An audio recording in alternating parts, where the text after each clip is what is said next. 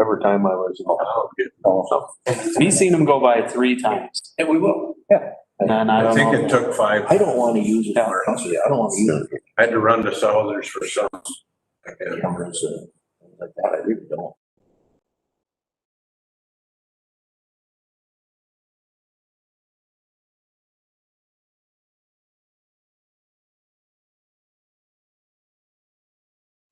Probable house. They're trying to get it ready to sell and finally finished. I know, I gotta ask them No. a question.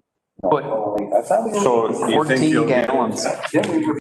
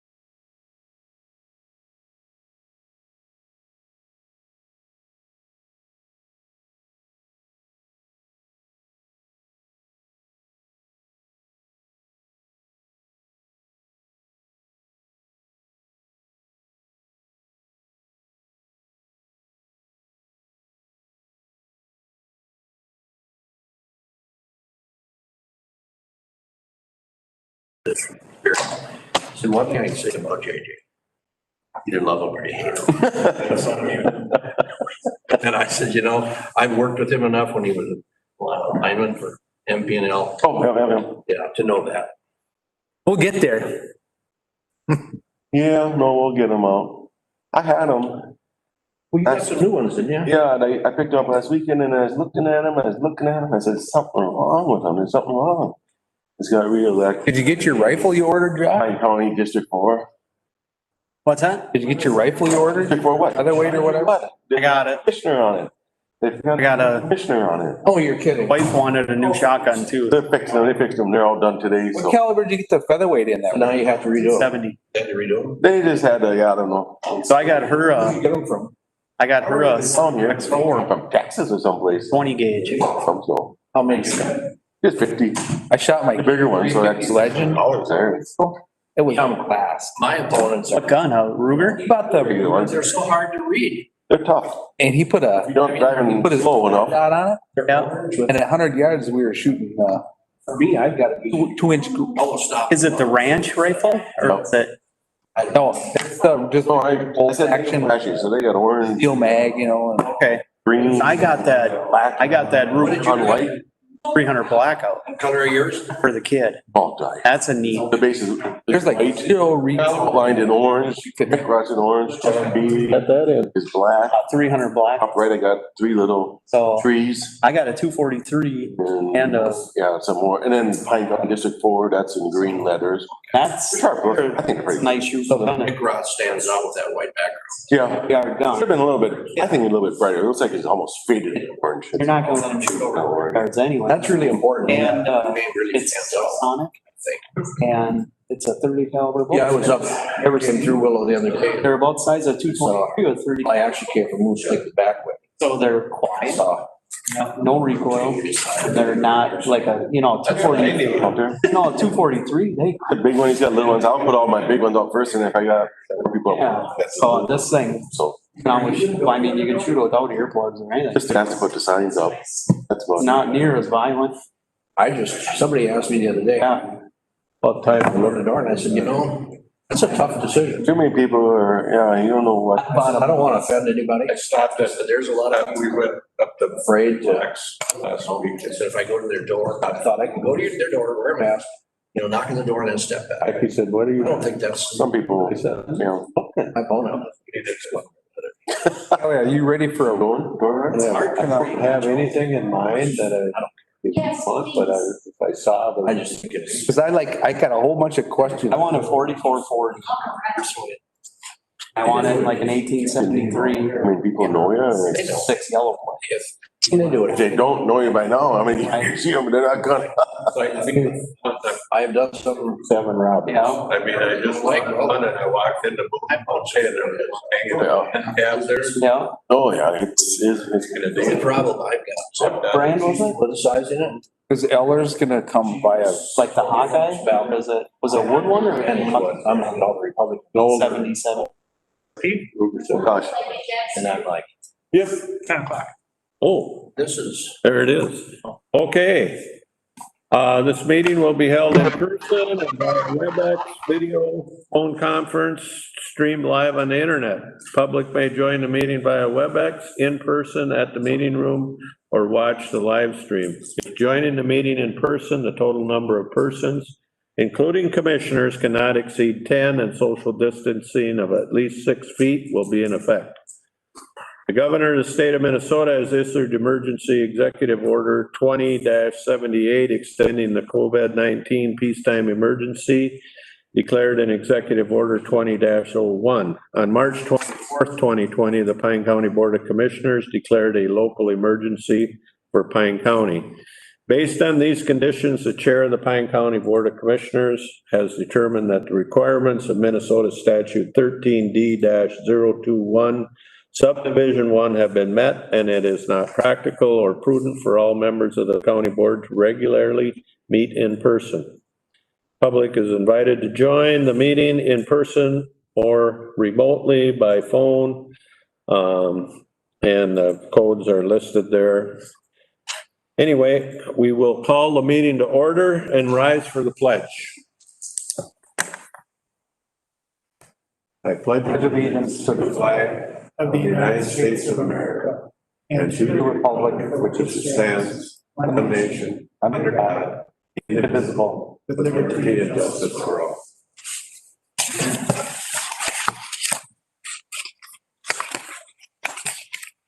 Public forum. Is there anybody on the call that wants to speak at public forum? Not seeing anybody that's jumping and waving their arm or anything. All right. We'll move on to the agenda. I'll go through the additions. David? Sure, Mr. Chair. There are one correction, and that's to the investment committee minutes as part of regular agenda item number 2. And the total project cost in those minutes would be 1.7 million, and it's actually listed as 1.625. And then there's an addition to the agenda, item number 4.1, Resolution 2020-60, supporting the continuation of the challenge incarceration program at Willow River.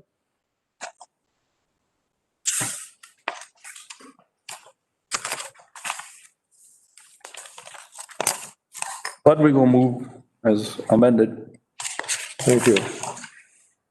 Rick Rob, second. Any discussion? If not, all in favor say aye. I think we. Aye. Aye. Aye. I think you should do a roll call because we're still operating under the emergency. We can do that. Debbie, you want to call the roll? I sure will. District 5, Commissioner Ludwig. Aye. District 1, Chair Holland. Yes. District 2, Commissioner Moore. Aye. District 3, Commissioner Chafee. Aye. District 4, Commissioner Mickert. Aye. Okay.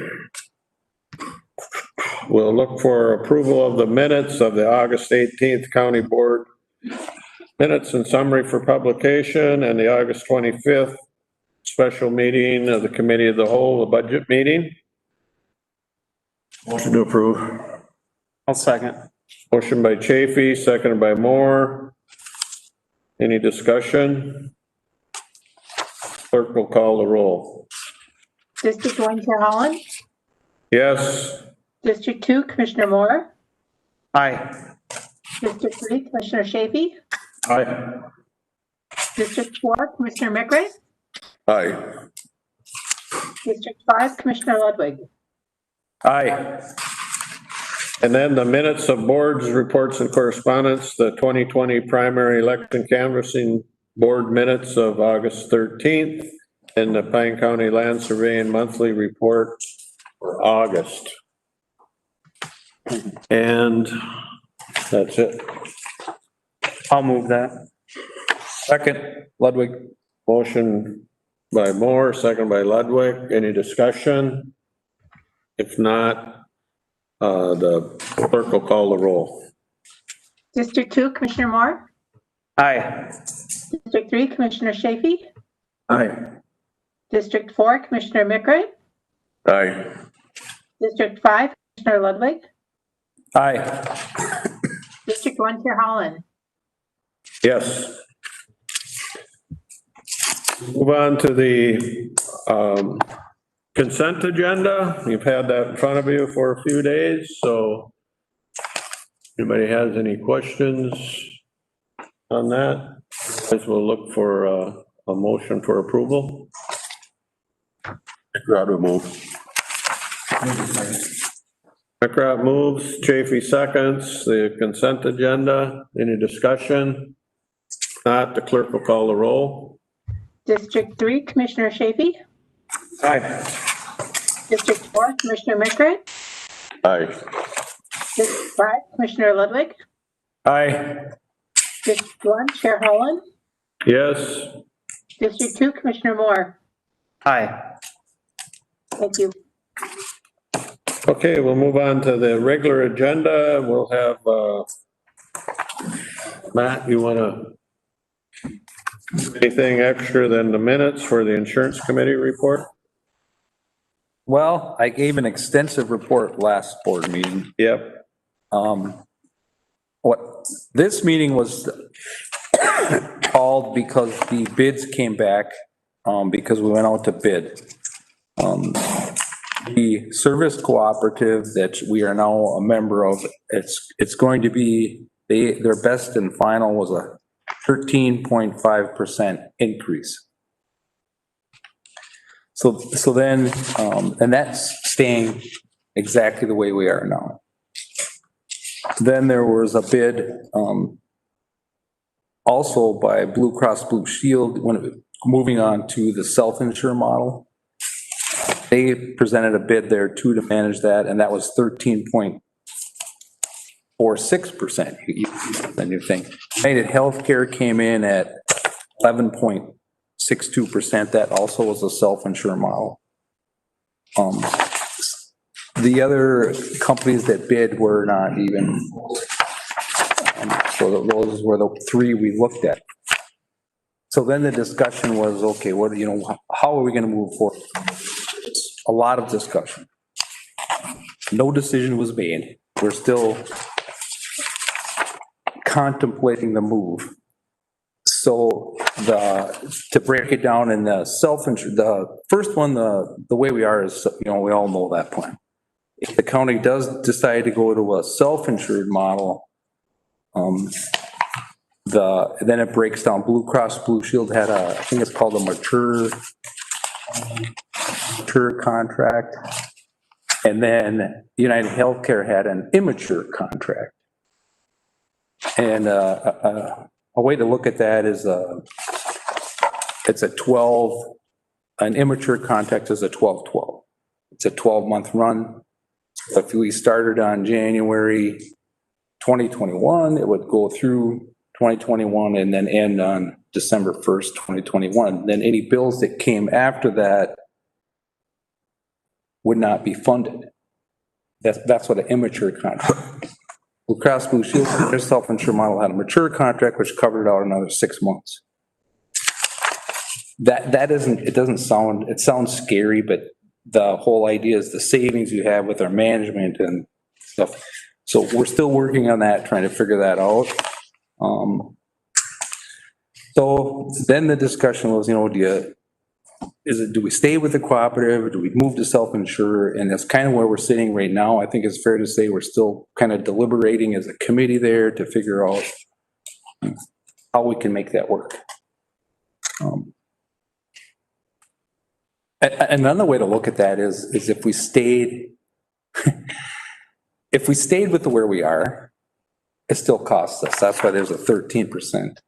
13.5, it's based on our last year's usage. So we're going to pay one way or another. And when you look at it, what we're trying to figure out is how we can keep from having 13.5% increases every year. Can we spread that and manage it? And if we could build a pool, we might be able to do that. And that's what we're really trying to figure out. The committee I've had a few phone calls back from the committee members just in the last week. And I think I'm not going to discuss them now. I'll save that for the committee, but I'm getting ideas from them. At least they're giving me some ideas to go forward. So I think we'll discuss it at the committee level. I don't know what's going to happen for sure. Is there anything you want to fill in, Steve? No, I think you covered it well. I've also got a little advice from a few employees. Yeah. I'm sure you're getting the same phone calls. Yeah. Which I appreciate. It's always scary to do something different than done before.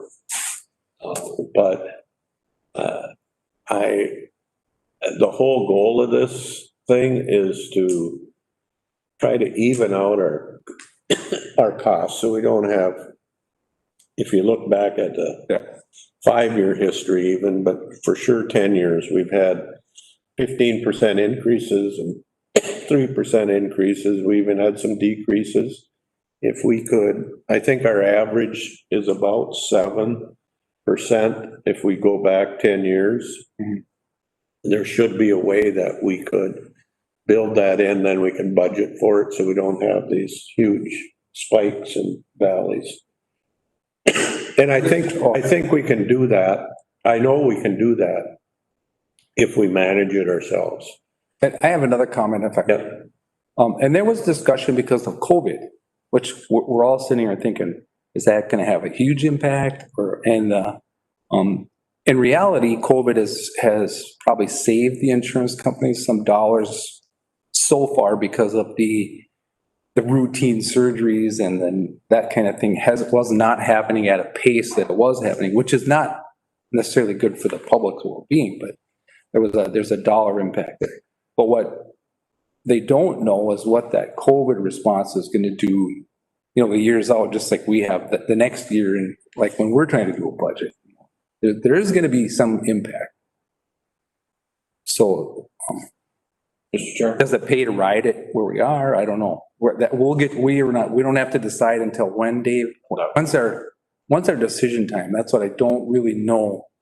It has to be like October. Because we have to renew by. Yeah, so. I think we got about a month. So we're going to be jamming a meeting in there again and come back to the board and hash it over. Mr. Chair, this is Dave Minke. And Justin is planning to come and present remotely to the September 15th board meeting of all the information that we have so far so that all commissioners can ask questions and get the information. And then he believes that we could have until the end of October to make a decision as to how we wanted to proceed. So that would give us a good month or so in order to continue to explore and to make a decision. I will say one thing that has really helped us is when we brought Justin on board to start working with us, because if you remember our typical cycle, we would have just found out within the last week or so of what our rate would be for next year.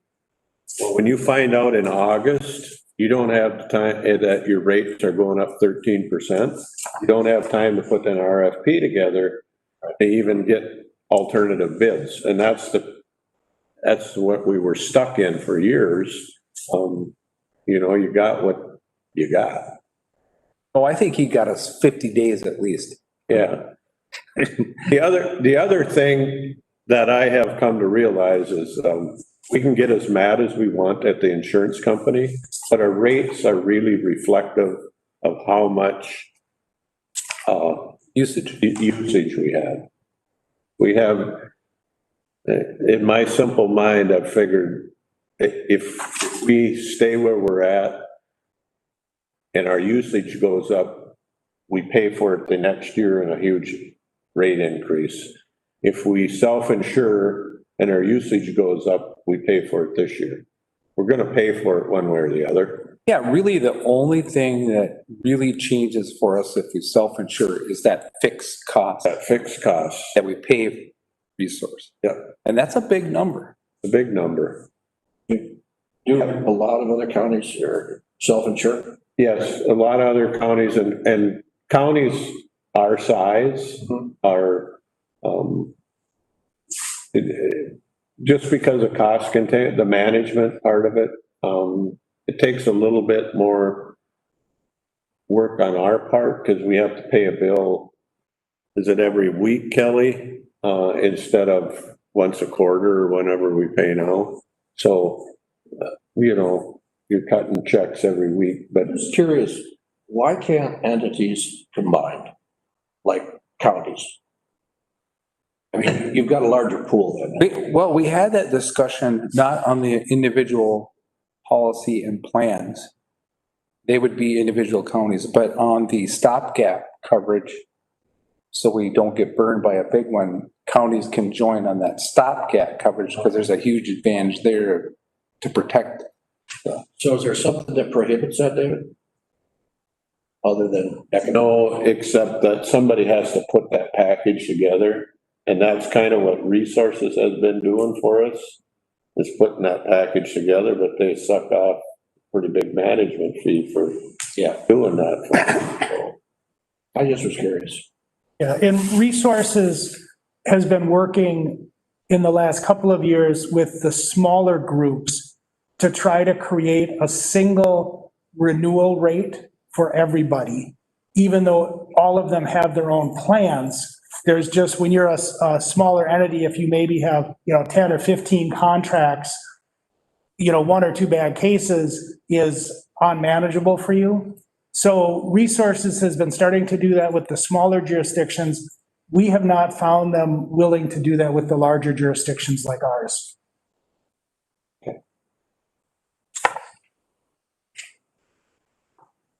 So if you got an idea, let Matt or I know. We sit on that committee and we got about a month to figure it out.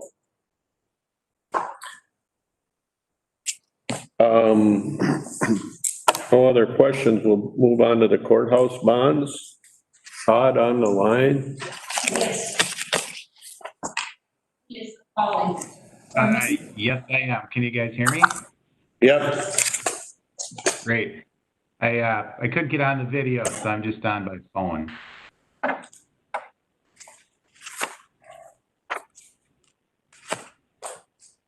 So I think we've been discussing refunding the bond for actually several months, as soon as we recognized that interest rates were likely to be favorable and it was callable. The complicated piece of this refunding is determining what projects to include in the refunding and how much money to cash out. And so we have been exploring several alternatives And the latest list of projects includes, the original list had included furniture, and that has been excluded now as actually an ineligible cost. And so that cannot be included in the bond. But on the list for consideration and discussion is the jail camera system at $300,000, the courthouse remodel at $300,000, courthouse roof at $400,000, transfer station building in Pine City at $250,000, and transfer station in Willow River at $50,000, the Sandstone parking lot at $75,000, and the 1610 building roof at $75,000, for a total of $1,450,000. And so these projects can be included or removed, or potentially other projects could be added. And that might be the thing to decide today, is whether you have consensus on a project list, or if you have questions on a project list, not. And we do have a meeting on the 9th and a meeting on the 15th that you could make that final decision at as well. So you don't have to make it today if you're not ready. So has everybody seen the savings already? I can't remember. Was that just that facility committee? That number of the, We talked about it at the budget meeting. okay, yeah, we have, yeah, okay, I couldn't remember. Do you want to recap of that though? Of kind of the options we've got on. Yeah, that would be really good. And the number, the savings numbers, Sure. yeah. So we've got kind of three options on the table. The first one is that we refund the bonds. We take no cash, which means that over the term of the remaining loan, we'll save about $825,000. So that means that the loan matures in February of 2021. We just have a savings of about $70,000 each year on the bond refunding. So that's option one. Option two is that we just capture that savings in cash right now and do some of these projects that we're talking about. So that would yield about $795,000 of cash to be able to do projects with. Option three is some number larger than the savings, so larger than the $795,000, that we could do the bigger list of projects with. We have had Todd and Ellers run all sorts of numbers and calculations. The latest calculation was at, to be able to take an extra,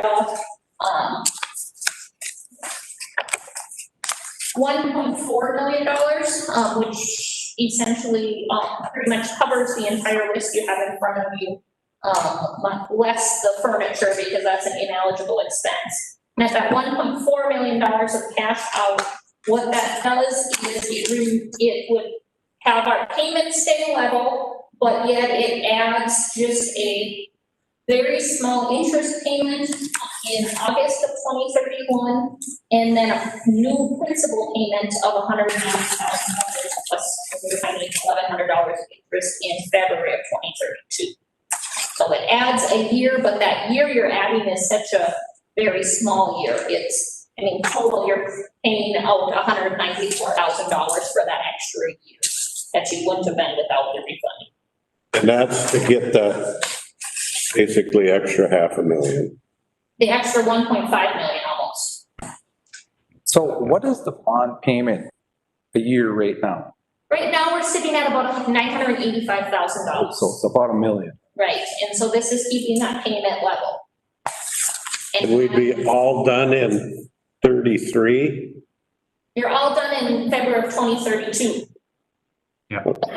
Those last two, that last year of payments you're making is only $194,000 of payments. It's not even a full $1 million payment. It's a small little extra payment.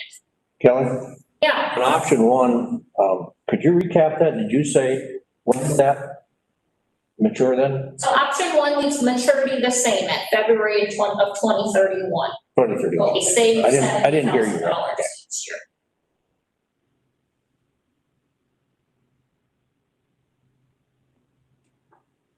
Yep, so it's Todd from Ellers, yep, so very well said on that.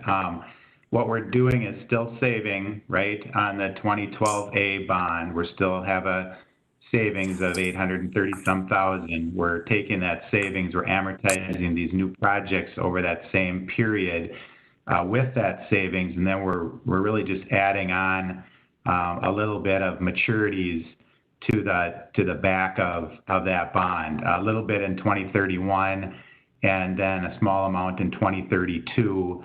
And what that does is the county doesn't have any tax impact then. That way, we're just sort of, we're not extending the maturity of the refunding, we're just adding these new projects into the savings stream and adding some maturities at the very back of this when your existing bonds are dropping off anyway.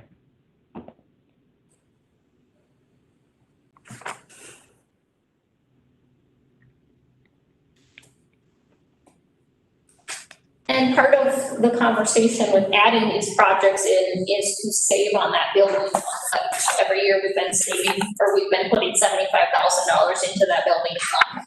And so with wrapping these projects into this refunding, it would be to remove that $75,000 from the tax levy for the next year, 2 years.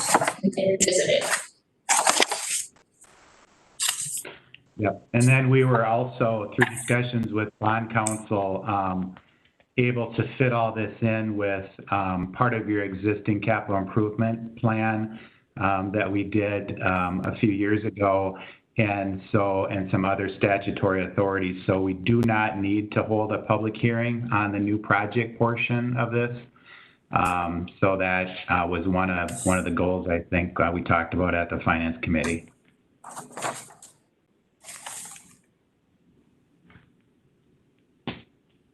The only issue I have, I don't know where we would get the money. I'm not real excited about bonding for, like cameras. Cause it seems like, the likelihood of them, well, I guess we still got some that work since the jail started, so we'd be in that same boat. In 12 years, they'd be shot. But,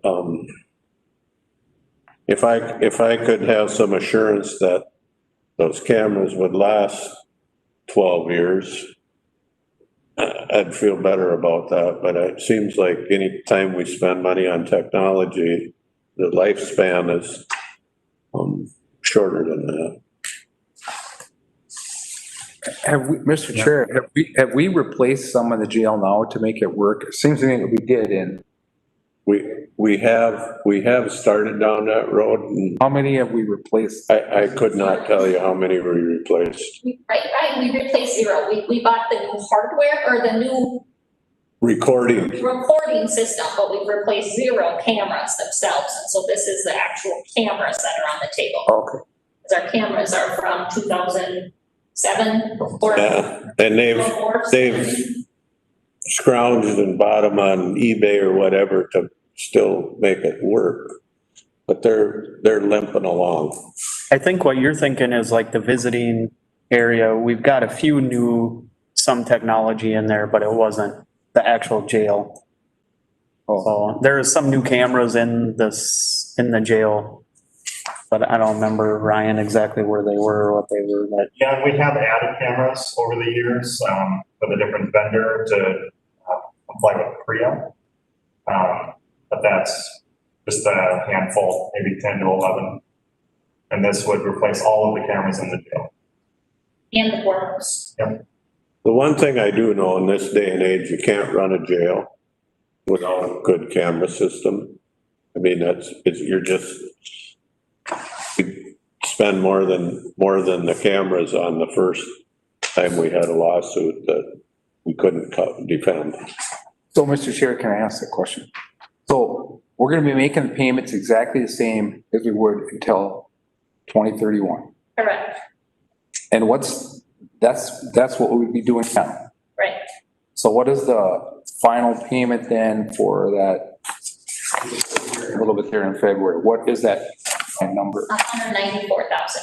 But As- it's not, you're not having to come up with 194,000 of new tax dollars because you've already been levying almost $1 million every year before that. In Right, 2032, really, your levy goes down. so we're gonna get 1.5 million right now, or is it 1.7? I saw both numbers. Right now, the number's at 1.4. Okay. And then in the end of this, we're paying exactly the same as it would be, but the only extra is 195,000. Right. Well, that's kind of a no-brainer. That kind of seems like a good deal, doesn't it? Yeah, it does. That's why I want to understand how is that working so good? Just because of our Yeah. savings? Right, right now our interest rate is 3 to 4%, depending on where you look at in the term, and where this interest rate is at. Our effective interest rate is below 1% on this new money, And we don't have a crystal. Kelly, what it, is below 1%. below like 0.8 or something? So 0.776 is our net interest cost. So if we need to do a roof 5 years from now, and it's 300,000, we don't know what that interest rate's going to be then. Right, we have no idea what the number would be, but right now it's arm cheap. So this list, I think, to me, it, like Matt said and Steve said, I think it's kind of a no-brainer to do what we're talking about, but the list, does that need to be decided today, or can that change as it goes forward? Or, because it does, I mean, this is just me, but, you know, does the courthouse roof need to be done this year? It Or, wouldn't be done this year. okay, and or even next year, or is it, I guess what I'm looking at is, you know, what is the, you know, do you replace a roof early? Do you replace it after you have all kinds of water damage? Where's the sweet spot on it? Just because we're getting decent money at a decent rate doesn't necessarily mean we want to put a $400,000 roof on a building, you know, if it's got 5 years left on it or something. I think the idea, Josh, is because I had that discussion, I think, with Kelly a week or so ago, is that the roof is gonna last as long as it lasts. But when the building maintenance people determine that it's time to put the roof on, if it's 2017, let's say. Yeah. We've got this money, we'll get in a fund that we can't spend it on anything else except these building improvement things. And then Kelly will invest that money, so we'll not make money on it, but it'll sit there and be ready for us to use at the time the roof. And I know Mark well enough, he's not gonna put a new roof on if he doesn't need it. Yeah. Because every roof, if it lasts 20 years, it's no use putting it on at 17. Yeah. And one thing, and Todd, this is a question for you too. We had talked about we have to spend 85% of the proceeds within 3 years. Is that 85% of our cash proceeds or 85% of the total bond proceeds? Yeah, it's Todd from Ellers. Yeah, it's 85% of the total bond proceeds. So the cost of issuing the bonds gets paid right away. The refinancing part of it gets paid on 2/1 of 2021 coming up here, so a couple months after the closing in November. Yeah, and then the new money part is, so you get, I mean, you essentially get, 3 years to spend this. Okay.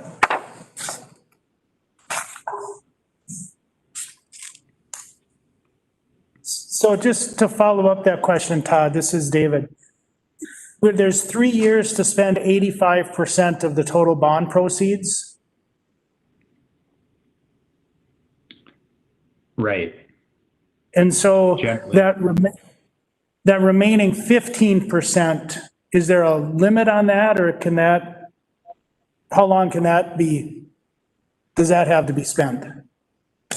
Yeah, that's what they call a de minimis portion. So that is sort of off the radar, so to speak, on federal regulations. So you can let that hang out there for for quite a while, but I think what you want to do is you want to clean up the books and close out the construction or project fund, as soon as you can. It's recommended not to have that hanging out there so long. Your auditor is going to look at that and wonder, why maybe we should shut that down. Let's spend it. And if you don't spend it, you put it into the debt service account or bond fund to pay the bonds.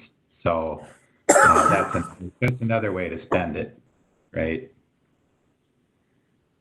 Yeah, and I don't think it's wise to borrow money to sit on it either, type of thing. I realize you want to use it, but I'm just thinking, like you said, if roofs are just one of them things, it's, if you don't need to replace it, don't replace it type of thing, because it's just gonna expire that much quicker. Right. So Right. I don't know. Yeah, and so I guess based on what we just heard from Todd, if the roof didn't need to be replaced in 3 years, we would not have to spend the bond proceeds to replace the roof in 3 years. We could do that in 5 years if that's what the actual situation suggested. So then, Yeah. can the list be modified going forward then, or is this list kind of finalized? Oh, you have latitude. It really, we're just looking at uses of the bond proceeds. So if it doesn't have to go for those particular projects, but they have to sort of still fit within the statutory authority we're using. So yeah, there's some latitude there. It doesn't, like I said, it doesn't have to be specific, but if you're going to use it for something else, you would just let us know. And then we would talk to bond counsel and just make sure that that's still kind of a lateral move, in the right direction. That, we still have statutory authority to do that. It doesn't require a hearing or a plan or something to be, drafted. So if I'm understanding that right, if the parking lot in Sandstone could just be patched because we had something happened at the parking lot in Pine City, we need to spend 50,000 there, we could do that?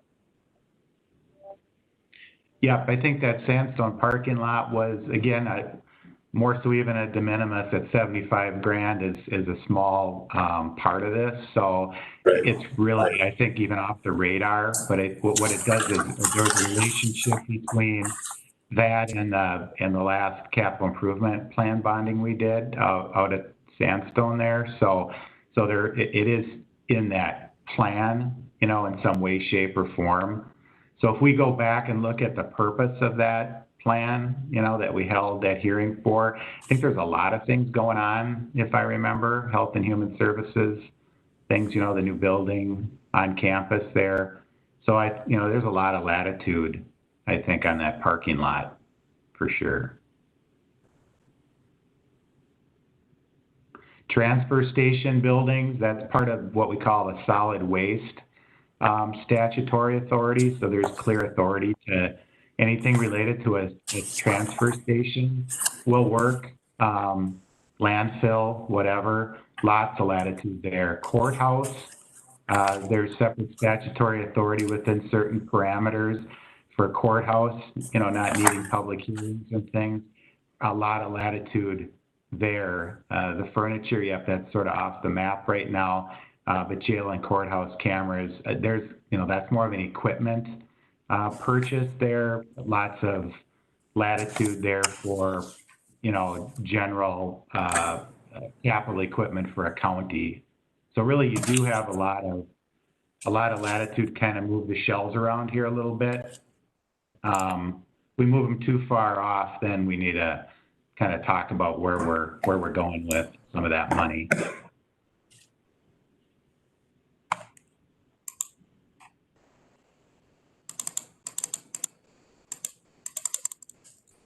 Mr. Chair, Mark LeBron here. Yep. Oh, Mark. Yeah, I don't see us replacing that roof in the next 5 years. 5 years would probably be the soonest. It's 13 years old right now. It's just a big ticket item that you need to be aware it'll be out there in the out years. So just, I don't know if that helps your discussion. Well, and that's part of my thing too. Like, I think the 1610 building roof though, you were planning on that in the near future, right? If I remember right? Yeah, we'd like to replace that here, next year for sure. Which one was But that? we do have money set aside, with the existing budget with the 75,000. But what we could do is use this money and then use that other money to catch up on other projects that, And or build out for that right. courthouse roof that's 5 years plus out. Was it, Mark, was there anything on that list that you seen or wanted to add, or were thinking of anything?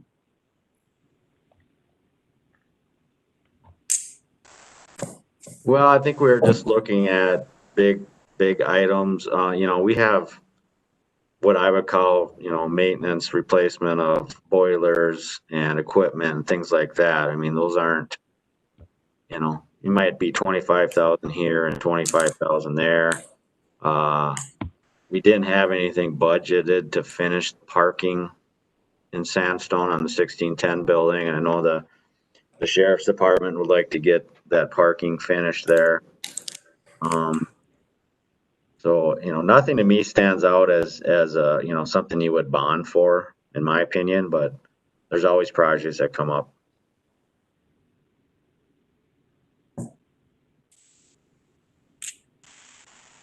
So remind me again, when we make a resolution to do this, we need this list pretty much finalized. And knowing in this list that we do have some leeway to do like projects. Is that what I'm understanding?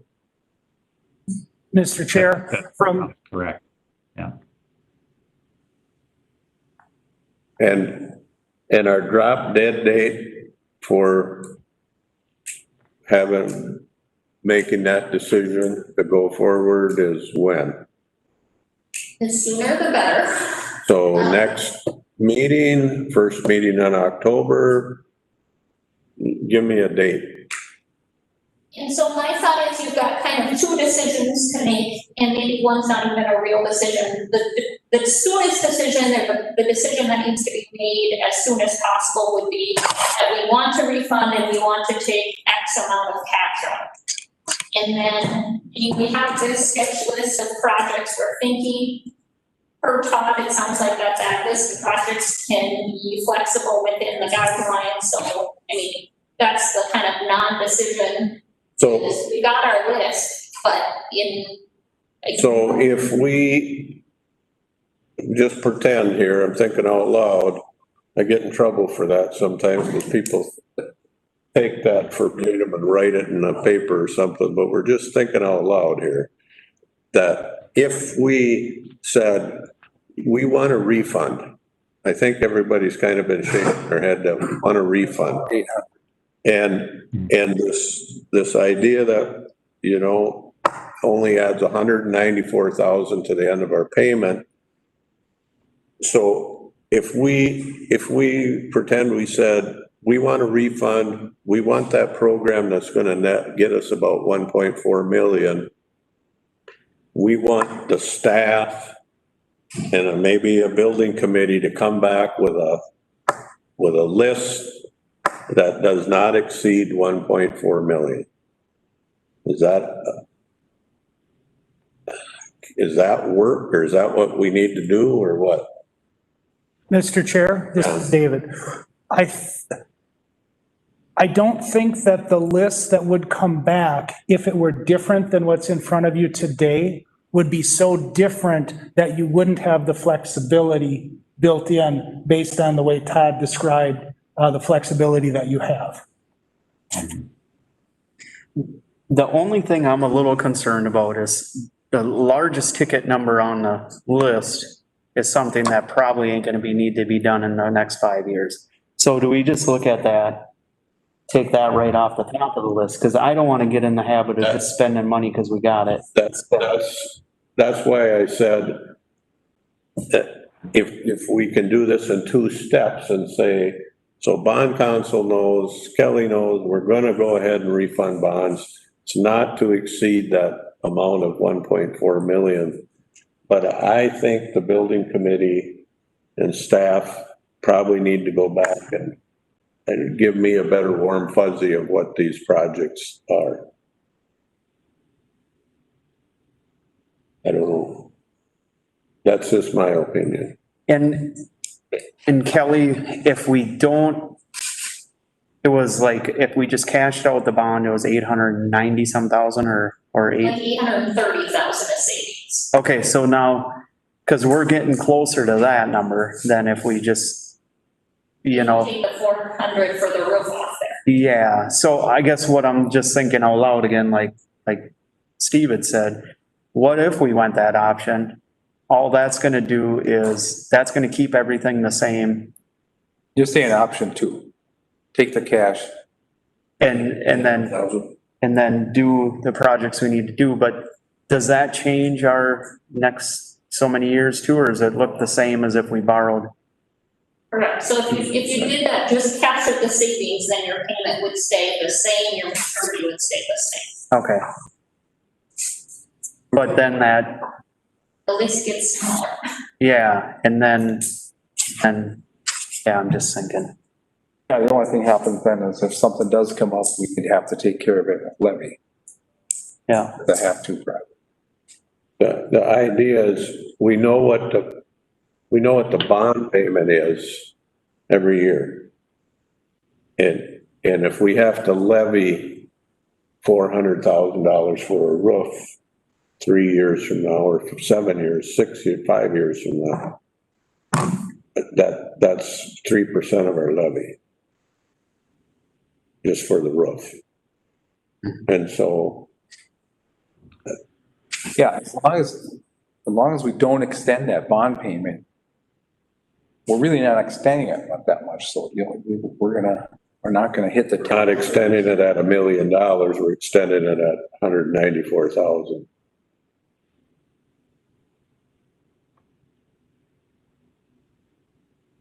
But we can't sit on the money for the roof, so that's what I gathered. Right, I just think there's a little more work to do to give the board members a better warm fuzzy, and I would rather do this and say, go ahead, we're gonna do it. Don't do all your calculations that does not exceed 1.4 million, but I would send it back to the facilities committee, I guess it would be, and staff to tighten up that list. Kelly, Mr. Chair, Mhm. I really struggle with this. So which option, the last option to me seems like that would have the most impact for taxpayers. The other options really wouldn't have an impact, correct? Now, the first option, that would reduce the levy. That would have a positive impact for taxpayers, correct? No, No? neutral. It's Neutral, okay, neutral. that's kind of what I thought. All the options are neutral. We're either financing on the savings stream, you know, with that extra 700 some thousand, or we add some maturities to the back of this bond in 31 and 32 where your debt drops off anyway. So instead of lowering your levy, we're actually kind of filling it in a little bit at the end. So the impact is zero. All the options, it's zero. Except for the option of actually capturing the savings and not cashing out, right? If we didn't capture the savings with these new money projects, your taxes would go down. So we're filling it in so it stays the same. right? So if we didn't have these new money projects in here and just did the refunding all by itself, you'd have $80-some thousand a year in taxpayers levy savings. Except the part we're missing, if we took the first option, we would save $70,000 a year in payments. But Yep. then, if we're gonna put a new roof on the 1610 building, that costs $75,000. So we're basically even. Then the next year, we save $70,000 and we do the parking lot in sandstone. So we're even again. Mhm. And then we have to remodel the courthouse, and we want to do that sooner than later. So where are we going to find the 300,000 to do that?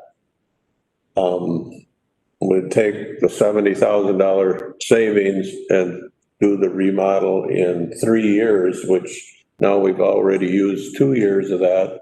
So we're looking at 5 years before we remodel the courthouse. And then if we're gonna save the money before we do the roof on the courthouse, we're looking at putting 70,000 aside for what, 4 years, six years? So we're looking at 10 years. That roof has to last us 10 years. So we're not saving any money.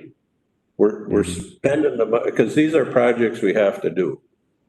So we're either levying new money to do it, or we're borrowing the money and keeping our payments the same, and we can do them when they need to be done. We're just extending our payments, is what we're. If we take the 1.4 million, then we're extending the loan, so to speak, another year, correct? But not at the full. 20%. But not at 100% payment. Right. Right. 20%. That'd be 20, yeah, So- 20%. What's it look like if we just borrow $1 million? If we take that roof off there, just borrow back $1 million, still kick off the list? Because the thing I'm worried about is if you go to 1.4, you gotta spend 85%, so that's 1.23. All of a sudden, we're at $1 million. Like I said, I just don't want to get in the habit of borrowing money and then having to spend it. That's why I think it needs to go back to committee, because there's a lot of those kind of questions that I would rather have the committee work on. We can find ways to We've got spend the time, right? it. I don't want to be. Got 2 weeks? I'm with you, Josh. Hard to borrow money to spend, Yeah. Yeah. And but if we capture the savings, Yeah. how much work can we get done just by capturing our savings? Yeah. just to clarify something that Commissioner Moore said, if I understand, and Todd, make sure I have this correct, we have to spend 85% of the total bond proceeds, not the cash out. So it's 85% of 8+ million. Oh, okay. Yeah. So it does, so it's 85% of the total issue of over 8 million. So philosophically, Josh, what you say is, absolutely valid, and borrowing money just to sit on cash does not make sense. But I just wanted to be sure everybody understood the arithmetic and the 85%. Okay. But that's on paying back the bond and everything. Yeah. No, that's just, Yeah. so we borrow $8 million. Yeah. We pay off the old bond, Yeah. which virtually takes all of the money except for the $1.4 million. Okay. Which is all, paying off the old. Pretty much have already spent 85% of I see. paying off. So I was mistaken. Okay. Yeah, I was so you're on this. philosophically, Yep. your point is valid. I just wanted to make sure everybody understood how that arithmetic worked. Thanks for clarifying that. So yes, we What's that can, number then? what is, So what is that number then? And they- is the 8.2, 1.4 million of cash out, so that gives you 9,625,000, of bonds, so that 85% would be 8,554,000, which 8,225,000 is what pays off the existing bonds, so you'd have like 225,000 that you have to spend within 3 years. which is done. So that's an important regulatory piece. Yeah. But for our purposes, it's really not the driving factor. Yeah, see, I was thinking, if we got hung, we'd have to spend 1.2 million of the saving, yeah. That's what I thought too. Thank you, because that does. Yeah, So we can go back and evaluate the list and come back to the meeting September 15th. Would that work, Todd? Yeah, I was thinking, that's what I was thinking. I could come back with another pre-sale report, kind of talk about it again to kind of move forward. I don't know, do you have a meeting on the 9th too, or not? Well, we do. I just don't know that there's time to get the committee together with the it's Labor Day, with the Labor Day holiday, and getting prepared for that meeting, which is a budget committee anyways. But I mean, if that's necessary, we could try that. And then this maybe isn't the preferred course, but if we reduced the number of cash out to either 1.05, which subtracts the roof, or if we decreased it to the 750-ish number, 795. so about 800,000, I think we could make the list work over the next 3 years. Well, and that's what I'm thinking, even if we leave this list where it's at and we spend 300,000 off the list, we're still good as far as that 85%. Right. In 3 years, the money just gets refunded and we don't spend it. So I don't know, I guess that makes me a little more comfortable at just getting it done, I guess. Yeah, But so my question goes back to what do we need to do today to move forward, if anything?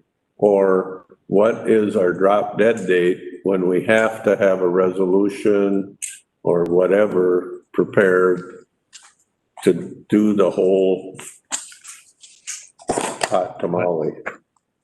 Let's plan on September 15th to kind of have the same discussion and a report in front of you again, maybe to go forward then with whatever option you choose, and I can just modify it administratively after that. Yeah. Yeah, I didn't know if we were supposed to approve the whole thing today or have a discussion today. I think what we would do is then so we don't really need a resolution or anything on my side. I would just delay the bond sale instead of, I would redo that schedule on page 5 of my report. I'd probably go from October 6th then instead. I'd go October 20th, and just kind of move everything forward. If you guys make a decision on September 15th on the path, then we can just readjust the schedule on down the line.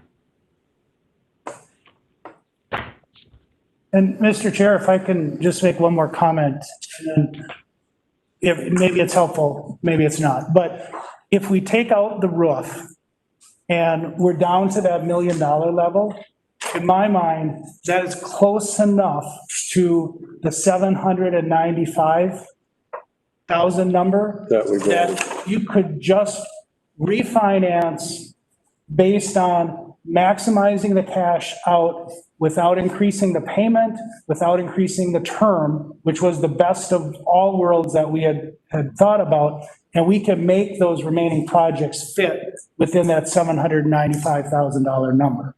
The only problem with that is I don't know where we're gonna find 400,000 in however many years it takes to wear out that courthouse roof.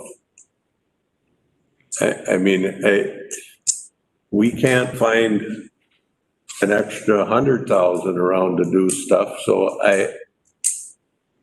Mr. Chair, if we do, and Kelly, That's why I suggested it goes back to committee and the committee gets a better handle on really what is solidly needs to be in this. I think the only option we could do, if we just take the cash, so then we'll have to keep our building fund, at least something in that, the building fund levy, to start building that like you do with technology. And And if we take option 2, which I'm in favor of, but then we're not gonna be able to eliminate that building fund levy that we have now. That's that'd be 75,000. The math to me gets real fuzzy then. We're going backwards. Because we're spending good money just to say we're saving money, which we aren't. I know. You know, But see, is the building levy ever gonna go away completely? That's the first thing. that, probably not. It's just the number might be less. But if we know we have some big looming projects coming, I think it's better to bond for those so they get evened out over this 12-year period instead of, you know, if we don't have the money and we got a short-term borrow for them, we're paying a lot more in interest for that. Or we're borrowing from our own funds that cuts some other project we're gonna do out of the picture. It's the savings we just put in the building fund, which we're doing the building fund now. yeah. So And to Matt's thing, I mean, we've been planning on a courthouse roof we've been talking about it looming out there for a while and But how much money do we have in our saved up right now in that Yeah. account? it gets hit hard by, Anything? it's used all. Zero. Yeah. We've used it all. There's always something that breaks. That's That's the problem. That's what I mean. Anyway, I just have a hard time borrowing money to sit there. Either way, it costs you, even if it's 0.7 some percent, it's still costing you money. I understand completely. We don't want to borrow money just because we can, because we Yeah. spend it. So, Mr. Chair, to me, that's the argument that we can't go back and work on the list and come back with a roof that's 5 years out, right? The term of the bond is only till 2031 or 32. Yeah. So that 5 years is like halfway into that would not make sense. And so that's where, if you take that out, knowing that in the future, we will have to figure that out, but that's only one of 1,000 things we're gonna have to figure out, right? But I don't think maybe I'm wrong. I don't think, my sense is we're not gonna make that big of a strike 400,000 out of this thing without thinking about it longer than 10 minutes here at a meeting. Do I understand it correctly? We have to spend 85% of it in how much time? 3 years. But we're gonna spend it all, we're gonna spend 80% of it in one day. Because we're gonna pay back the old So the fund. roof project is really moved as far as pulling out of there, right? But Well, I would plan, Matt, we're spending the 80% of it the first day we get it. Cause that's the whole, to pay off the old bond and everything. Right. So we're not gonna be obligated nothing. I mean, really, if we decide we want this 1.4 million and we spend 200,000 of it is all we gotta spend out of there is all you're obligated out of it. Or 250 or whatever you said, so. But I kinda like the option we were looking at is just cashing it out. Like David had said, you're close enough to that number that I think you can, and that's the best option for the county. That's the best option for the taxpayers too. Exactly. You have to think of it. Personally, I mean, yeah, stuff's gonna come up and things are gonna, but they always do. And Steve, I'm just not understanding exactly what the committee would do, because these dollar numbers. If somebody wants to make a motion to move forward today, I'd take a motion. I just sensed that there were people here that we were confused about what 80% was. We were confused about a lot of things, and it seems like we get a lot of clarity when it comes back, but if somebody wants to move forward with option 2, so be it. That's where we'll go. I didn't mean to draw a premature conclusion. I just understand that these numbers are rough estimates that will only get refined with actual bids. Yeah. Which we would not have. I'm just not sure, based on what I heard in the preliminary, early discussions on that, you know, I hear, well, maybe we don't need that roof. You know, Yeah. so that's a $400,000 item. Have we screened all of the potential projects in the last 3 years? Is this as good a list as we're gonna get? If it is, But we can, and we take basically $500,000 off it, then it's a no-brainer to do option 2. Mhm. If I'm hearing right, if we can do the entire list and it's only adding $194,000 at the end of our payments, why wouldn't we do that? What was that, Steve? Could you repeat that? If we do what?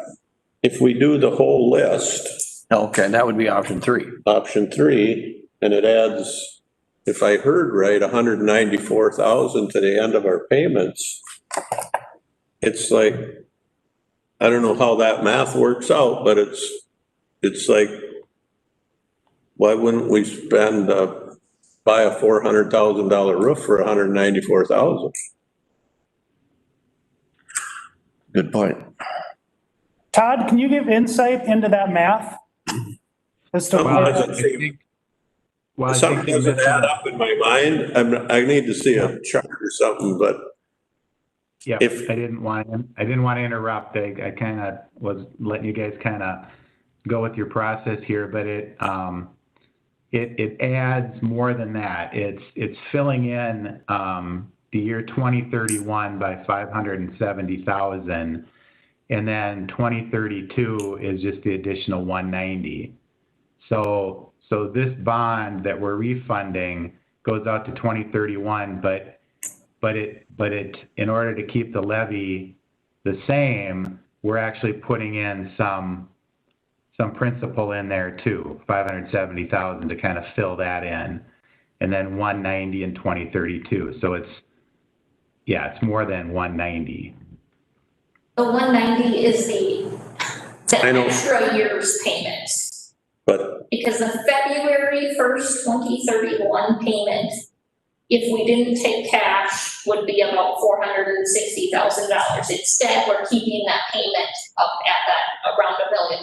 okay, that's where I was fuzzy, because instead of getting it paid off in February, we're gonna make 2 payments that year at the regular rate, We're gonna make one payment. 1 payment, but instead of it maturing in February, we're paying through the whole year. So we're gonna pay our full payment, and then the last year is the 194,000. Okay, that's why the math wasn't adding up in my mind. So that 400,000 costs about 700,000? Yeah. I think so. Yeah. That's our savings. But it's actually the difference between 1.4 And the cash out. 800, so. Yeah. So we're paying, we're paying, we're getting $600,000 worth of work for 700,000. I mean, paying 100,000 in interest. Yeah, that does make a little more sense. Yeah, now it's more. Because it is, option 2 is, like we said, the best for, I mean, money-wise, you don't get quite as much, but it is the best bang for the buck, or however you It's the want. easiest to figure out, I think. And we're still done at the same maturity time. We can walk away from the thing in February of 31 and be mortgage-free on that bond, right? Right, yep. Now, one more quick question. If we go with that option, that frees us up some time to figure out this list, right? Right.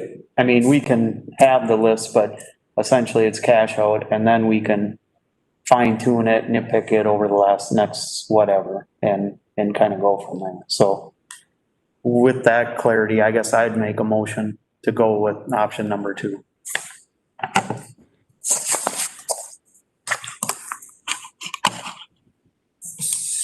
So to add some clarity to that motion, if I could, in the packet is the resolution 2020-59.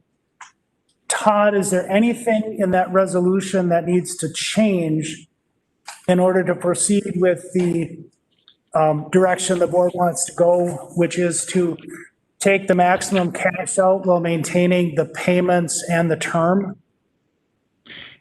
Yeah, if you guys agree to that cash flow, and that total amount, I mean, this all changes up until the bond sale to the amount, so we don't want to get too hung up on that. But what I'll need to do is add that new money portion to my report. So I'll send staff, a modified pre-sale report for whatever you decide. If you decide on option 2, then I'll attach that. I'll rework the wording and the report, and then I'll give you a resolution that you can then sort of substitute for the one that you would adopt right now with the proper amount in it and the description.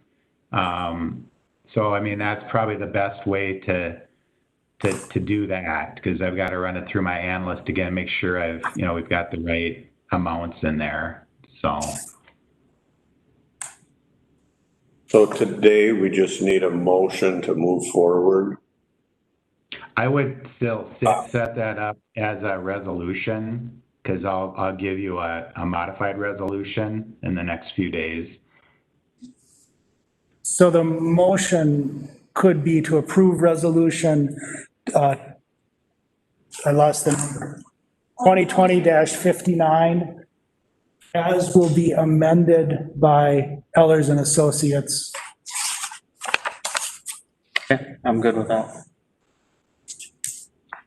Yeah, I mean, that way we don't have to go back on the 15th or anything and have the board revisit this again. We'll just jump down to the bond sale on October 6th then. So if that's okay, we'll just give you guys the new modified report, because you made the motion to pass the resolution in that form, I guess. So.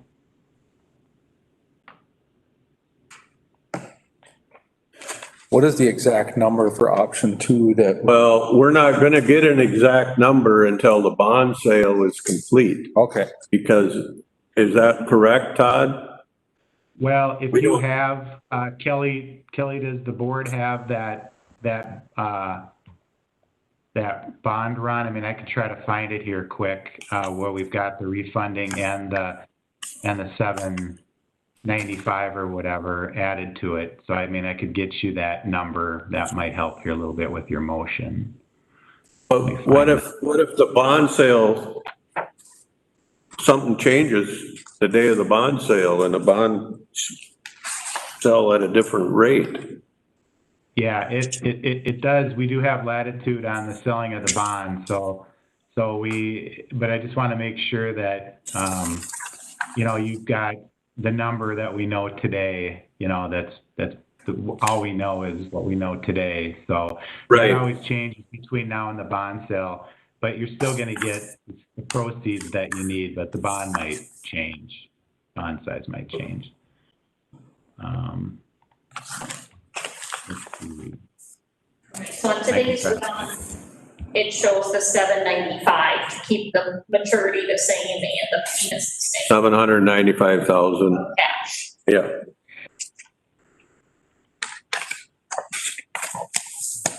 Oh, here, I think I might have it. Oh, yeah. So the total was 9,020,000, right? So refunding Yes. 8,225, new money 795. So on that resolution you have in front of you, I'd probably put 9,020,000 in there, and then we'll just add the new money description in the guts of it. But if you wanted to change the amount, that's probably what I would put in there. 9,020,000. In that first paragraph, is that what he's saying? 9 million? Yes, where the resolution in the packet says 8,225,000. Say 9,020,000. Yep. Okay. We got a motion for this resolution, but we do not have a second. It's basically option 2 that we've. Yeah, and I hate to be stick in the mud, but Kelly, could you maybe give us another overview of what actually happens in option 2? Could you do that again, so I got a really better understanding of what? Yeah, so option 2, we will just, rather than having savings every year, so rather than having $70,000 in savings till 2031, we would be taking that out in cash.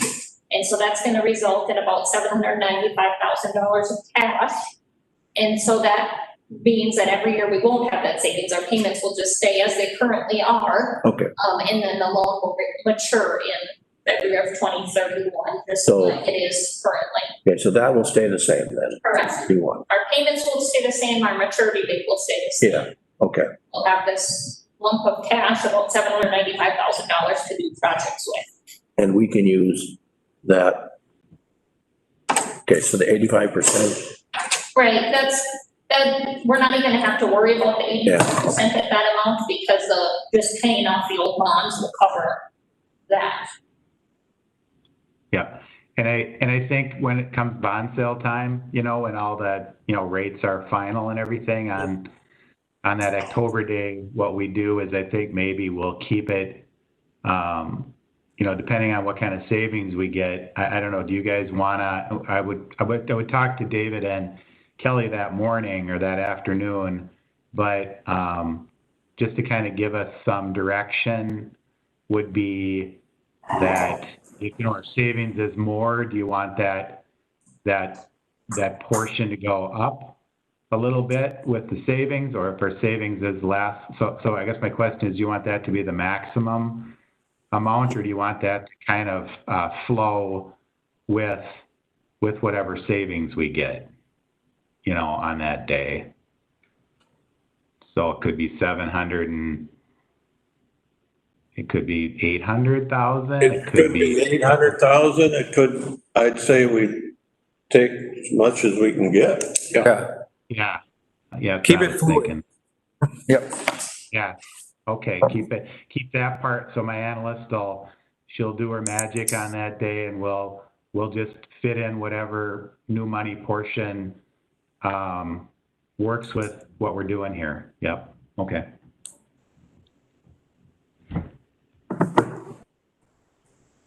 I'll second the motion. Okay. Is there any more discussion? I think we got it figured out now. Option 2 is a no-brainer. Pardon me? It's kind of a no-brainer for option 2. Yeah. They're all good options. Yeah. I mean, they're all great options. It's great I mean, you think of where it could be? Yeah. What if we had to borrow money and interest rates were 7%? I mean, but it's a great position to be in for us. Well, and we've been kicking the can on these cameras and that 1610 building, the roof, I know that, and so that parking lot. No, I'm fine. I've looked at. Try to knock some of this stuff out. One last question, Todd. Are these because we're getting short term, is this bond callable at any time? Not once the new bond gets issued, or is this it for the duration? No, I think the market's pretty good about call provisions, so I think I'm gonna make these, I mean, it's a short bond the way it is, but I think I can get, them callable in 2028 for the last 3 maturities then. So I think I've been able to kind of push it a little bit. So yeah, you probably won't call it in for an interest cost savings anymore, but if you've Right. got cash and just want to ditch it, you can certainly do that at that time. Right, that's what I was wondering. Give us an option at some point if we got all of a sudden cash rich or something. Future board. Yeah, future boards. Okay, everybody understands the motion? Questions, the clerk will call the roll. District 4, Commissioner Wickert. Aye. District 5, Commissioner Ludwig. Aye. District 1, Chair Holland. Yes? District 2, Commissioner Moore. Aye. District 3, Commissioner Chafee. Aye. Thanks, Todd. Yep, thanks to everybody and David and Kelly for running us all through these scenarios. You got a good team there. Keeps us all on our toes, so I appreciate the business.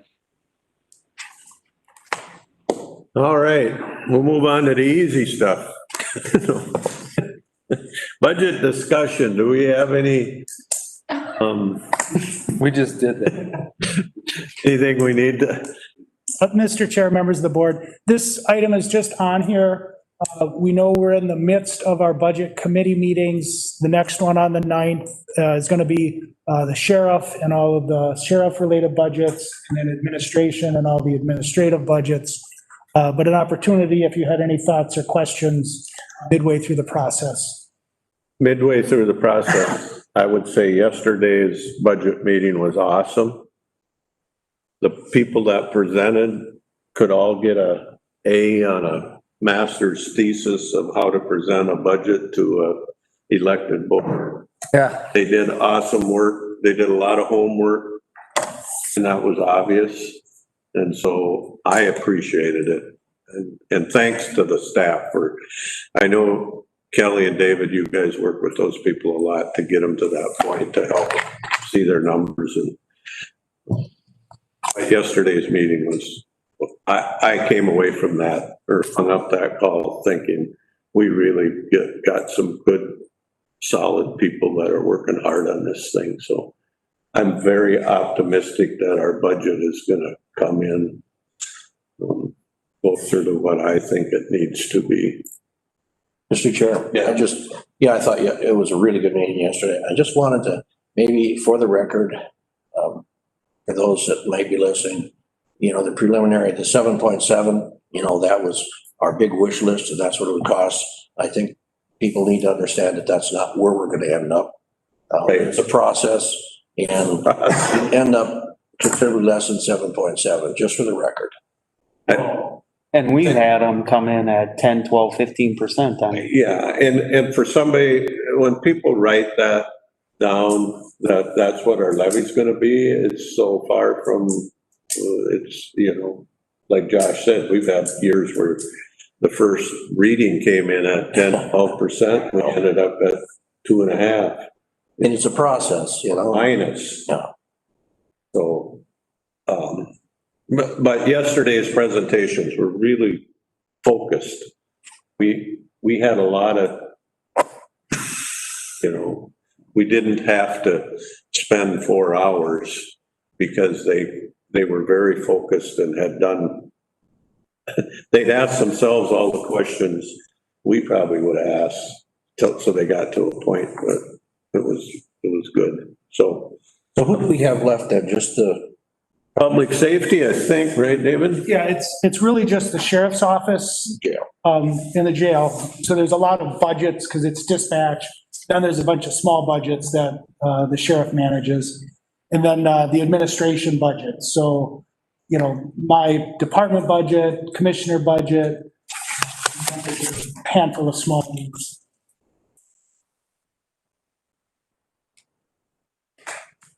Sounds good. Do you have anything for us, Dave? Any direction we need to be thinking about?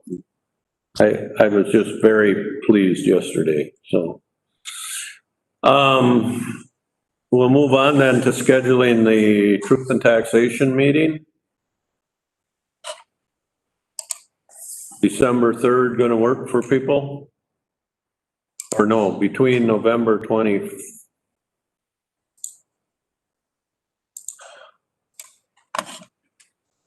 It looks like we're shooting for December 3rd. It looks like December 3rd is a good date to shoot for.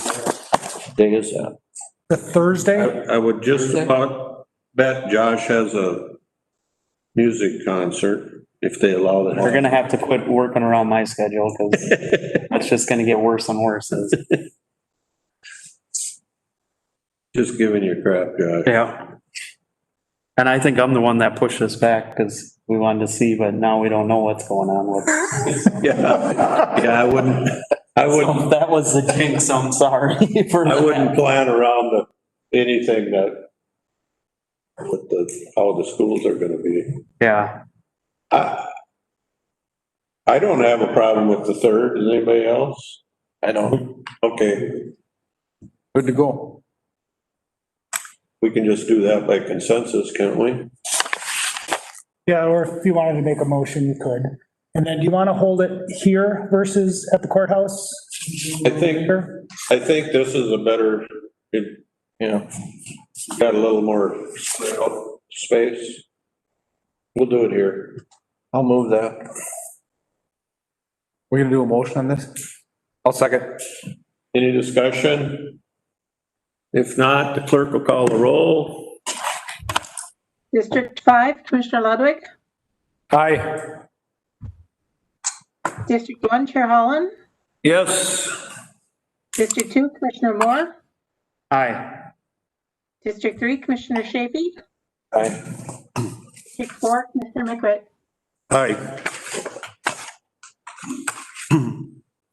And then, our ad 4.1 is resolution 2020-60, and that was on your table. It's the resolution supporting the challenge incarceration program in Willow River. I just think I talked to Representative Nelson yesterday. He worked with David and drafted this resolution, but I told him, we had a good chat about it. It's a great program. 50 jobs in Little Pine County is a big deal. I mean, 50 jobs in Hennepin County is a number. Here, it's a huge deal. And it's not just to save jobs, it's a really good, proven good program. And so I told Representative Nelson and he told me the same thing. We're not going to give up without a fight. We'll do what we possibly can to, I don't know when they're dropped. He did not know either when their absolute drop date, final decision is going to be made. If they've already made it, I don't know. But anyway, there's still hope in his mind. So I think there should be hope in our mind. So we need a motion on this resolution, if so desired. McCrowd will make it. Second. We got a motion by Mickret, second by Chafee. Are there any discussion?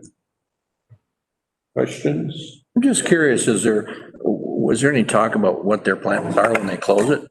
You know, are these employees going to be able to go somewhere else if this happens, or what is going to happen to the inmates? I mean, Generally they're always given the option, but if if you've got a house in Willow River and you don't want to go to Timbuktu.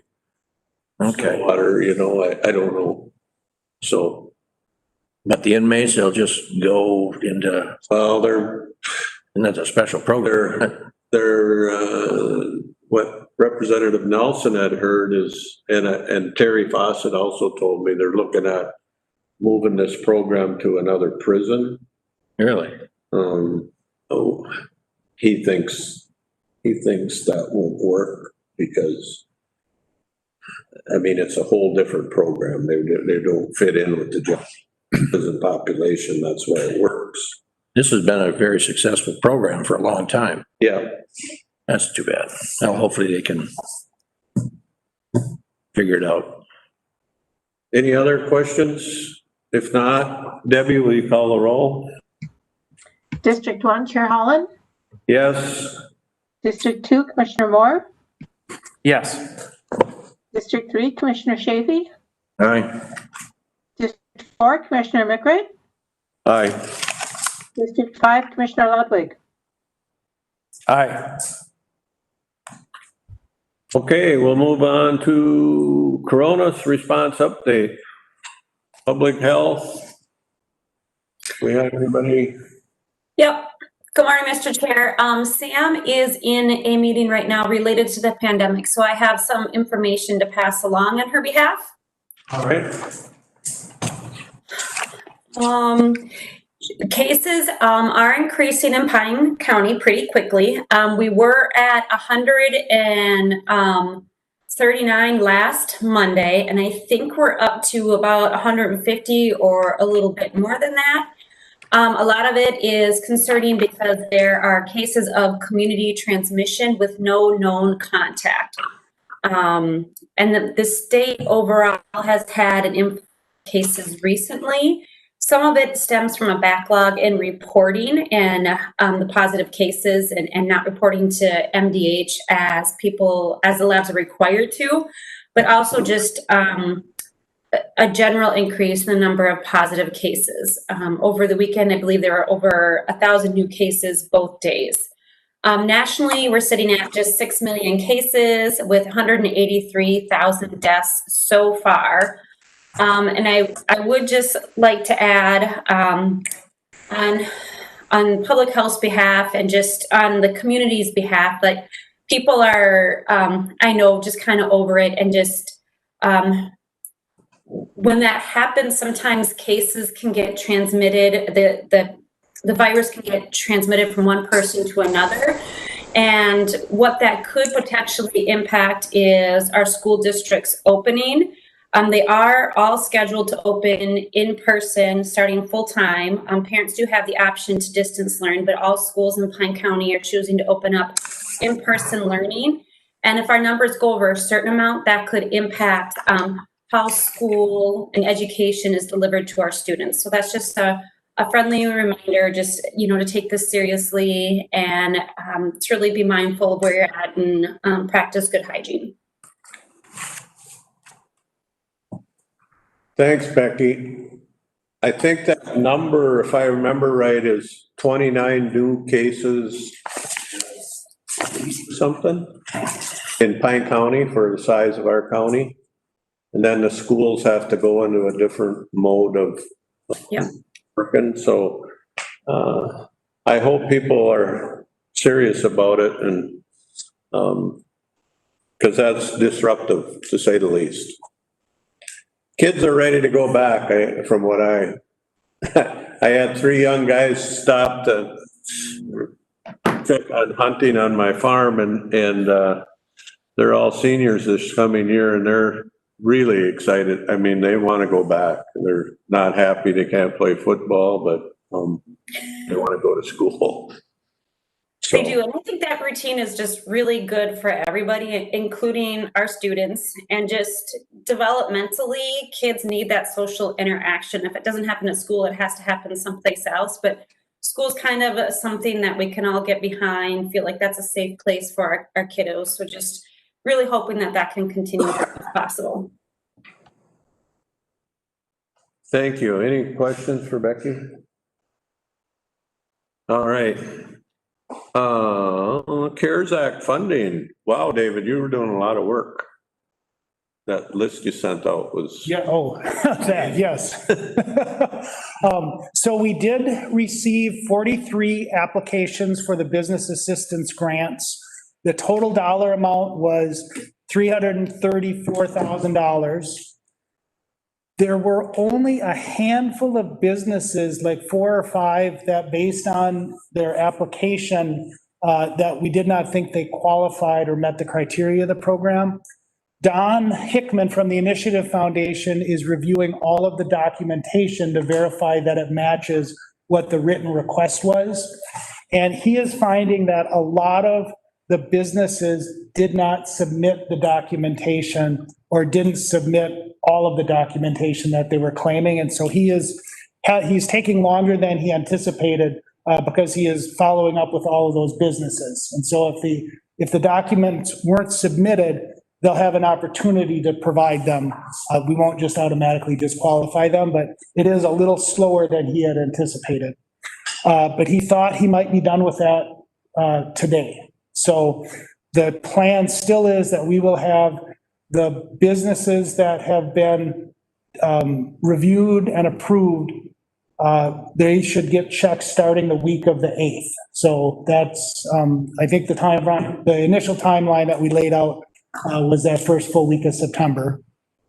On the nonprofit piece, we are planning to open that program September 8th to the 18th. And the maximum on that will be $5,000. And so we'll be starting to promote that this week, but that will open on the 8th.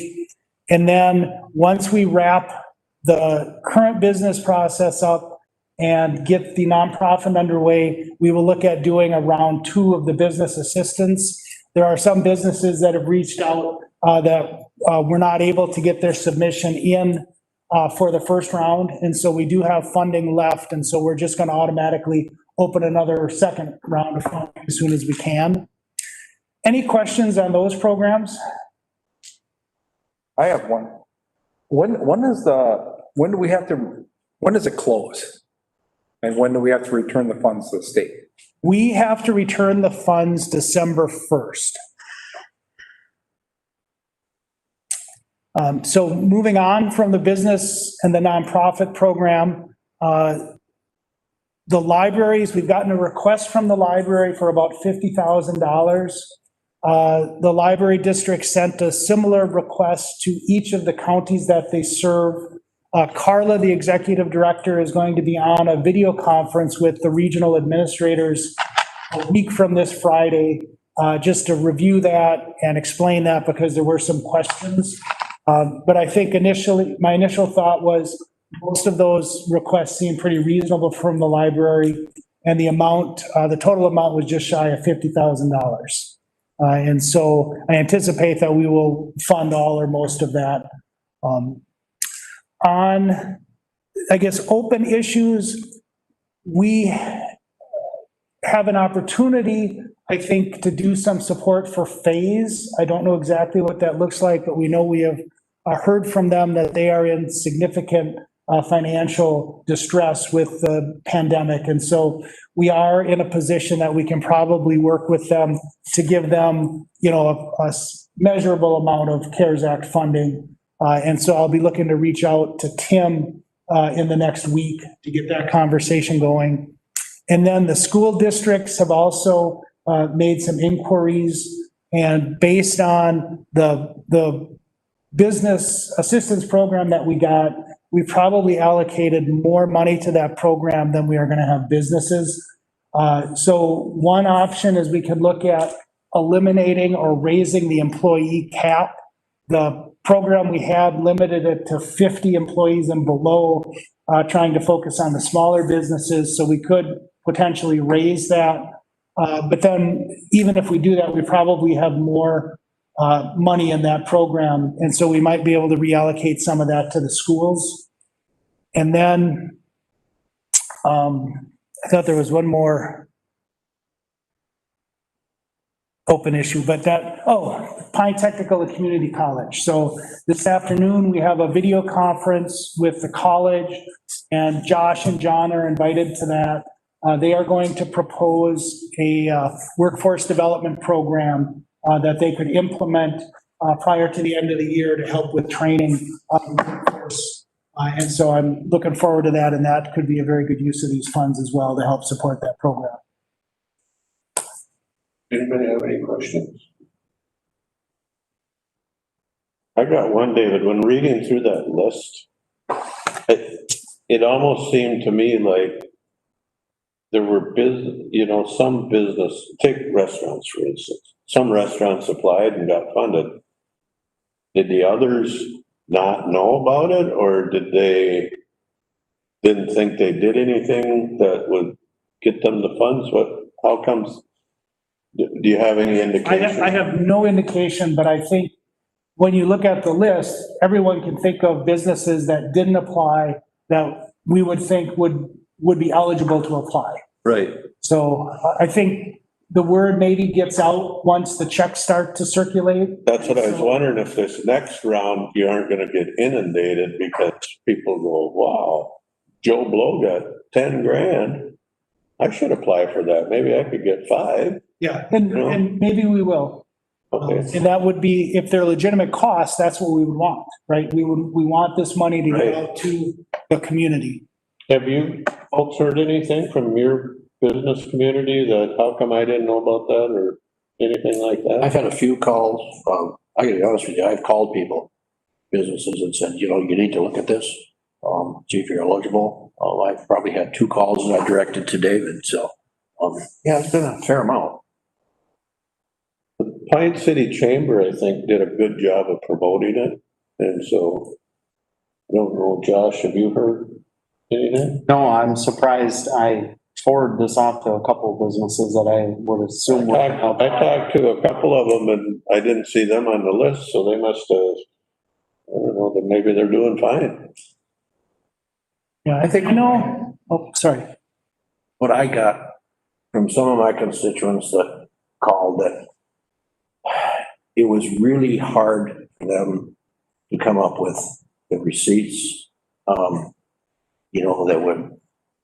they would need. And, they got right to that point and they just, well, we don't have the receipts. So they just quit. That is a challenge, right? And the program requires that we have committed to the federal government that if an audit reveals any of these expenditures were not eligible, that we will repay that money.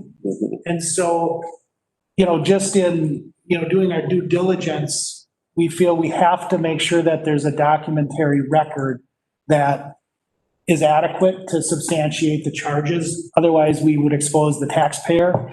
And we do require that the applicants, agree to repay the county. But even if we end up there 2 or 3 years from now, that probably is a very painful process. Right. So we're just trying to make sure we get the documentation up front. Yeah. And I, recognize that can be a disincentive to some. But I don't know, you see places that bought Jersey barriers and stuff so they could have outside dining, and they weren't on the list. I thought, well, that seems pretty no-brainer to me. Even if it was $200, it's. So if a restaurant just closed and then made no attempt to do outdoor seating or anything, so they really can't apply for anything. Well, they can if they are paying a lease or a mortgage. What that would fall on The business program side, wouldn't it? I'm sorry? But that wouldn't fall underneath that small business thing that happened earlier, would it? Or they would have to maintain employees to get that one, right? Well, for the county program, they would not need to maintain employees. They could have stayed open, they could have closed.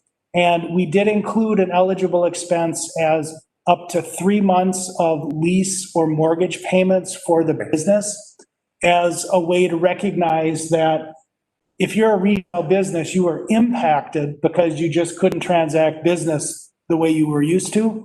And so even if you didn't spend a lot of money on sanitizer or plexiglass, you still had a negative financial impact. And so that probably was the most common request, was for a mortgage or lease payment. Okay. During that process, David, was there any, I still go back to our sales tax collection. Is there any indication of, there must be some businesses who have seen an increase in business, because otherwise our sales tax collection wouldn't go up. And what kind of businesses are they? I'm just guessing, but Walmart is probably the big driver there. But I thought that too, and if you go to Walmart, half of what they sell is not taxable. You know, clothing and food. And to think about Walmart too, is they've been operating on 40% less hours too. Right. Than what they normally do. Right. I don't, as far as the retail, I don't know, it's interesting, the sales tax. The NAPA stores. Yeah, I wish. I'm not complaining, but it ain't all of it, I'll tell you that, but. I know the hardware stores, 2 hardware store owners have told me they've had the best 3 months in a row they've ever had in the 100 and some years of being in existence. And it is funny, people don't realize, but if there's, American people spend money, no matter what, you know, they don't bury it in the backyard. So they find new ways to spend it. I thought yesterday as the FedEx truck was driving out of our driveway, maybe all the people sitting home ordering online, because you're paying tax on that now. Maybe that's a big contributor to it. I wish we knew exactly where it was all coming from. Anyway, we'll move on. Commissioner updates, Snake River. Yeah, we did have a meeting. It was kind of a almost kickoff meeting of the One Watershed, One Plan. Just going over, they're asking what they want, what we're looking for what you want in the plan and that kind of stuff. So kind of get to know some people and see how that goes. Regional Development Commission. Yeah, I sat in that one. We were notified there back in July that 2 of our applications for grants were approved under the coronavirus. One was 400,000, the other was 550,000. So with that, they took and hired an extra person to do all the paperwork and applications there. They had 35 applicants and did offer it to one gal who did accept it, I believe.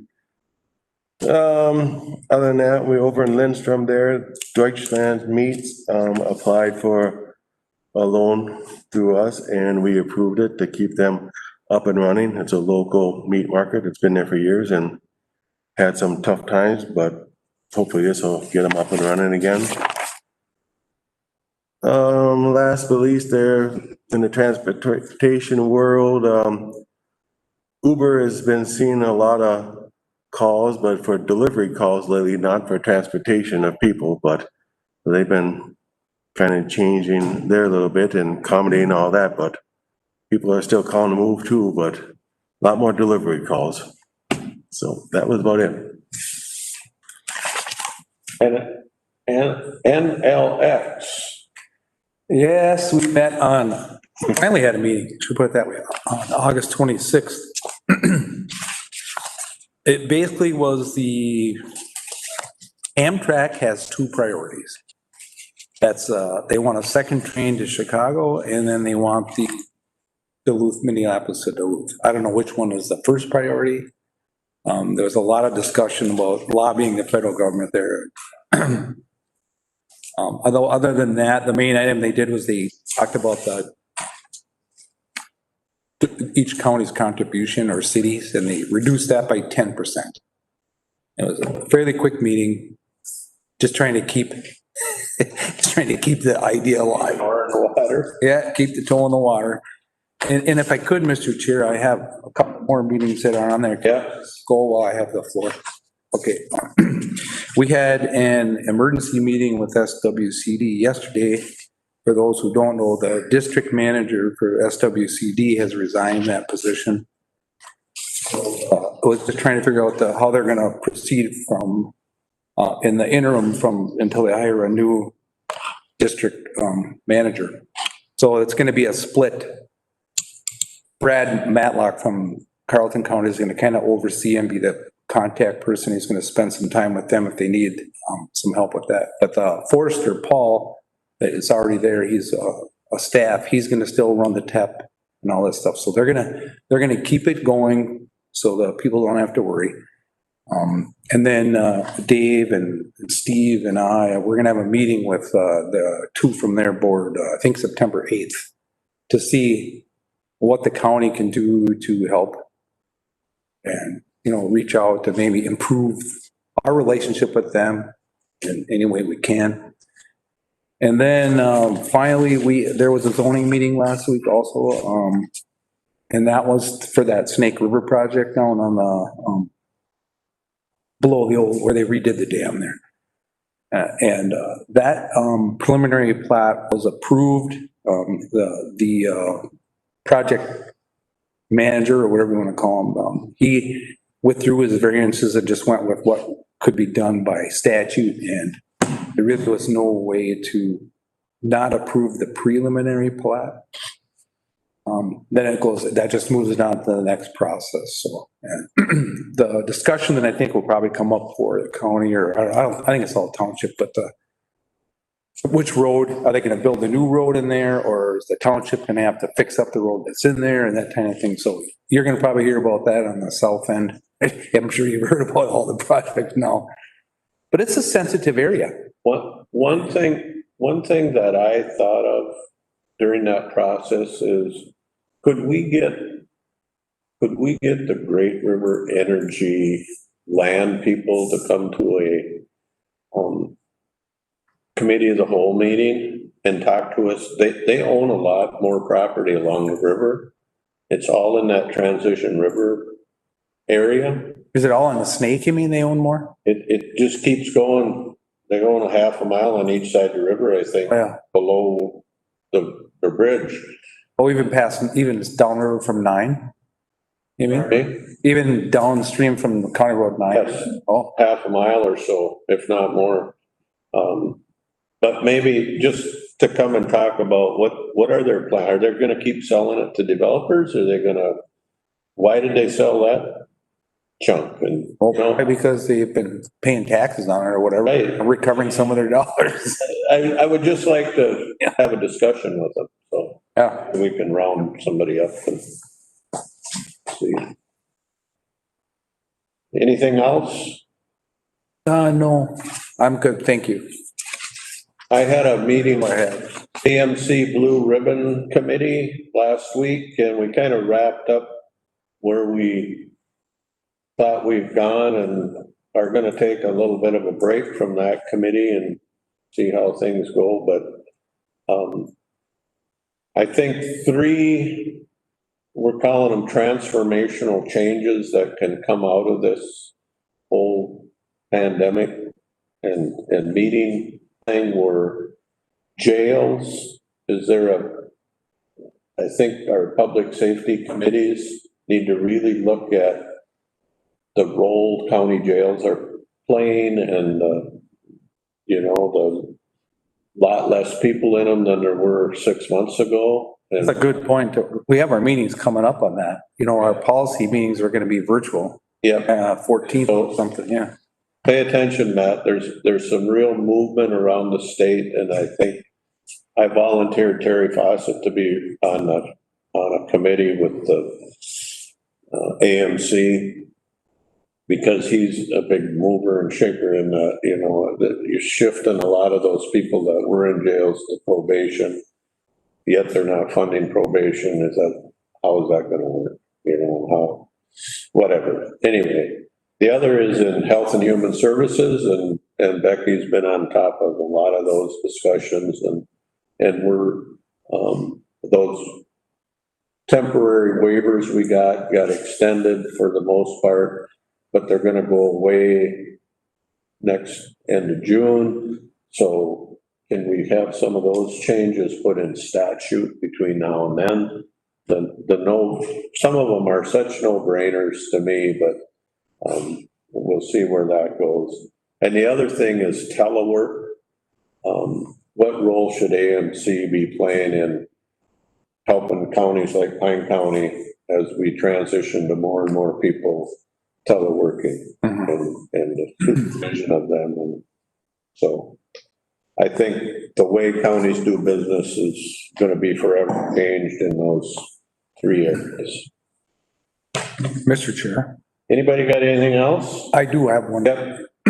I noticed that the AMC policy thinks we're not having that meeting this year, so you have to check your emails so you can catch your committees. Right. That's all I wanted to add. Good thought. Yeah. If we're all on some policy committee, check your email from AMC, because normally we'd go to a place and have those meetings, and they're going to be virtual meetings now. The input they get from people like us is what drives the train. So, and it's really busy this year. If we want to sit back and complain, then we haven't gone through any of those meetings. It's our fault then. That's all I got. Anybody got anything else? We're at the end. Let's declare the meeting adjourned. Thanks, folks.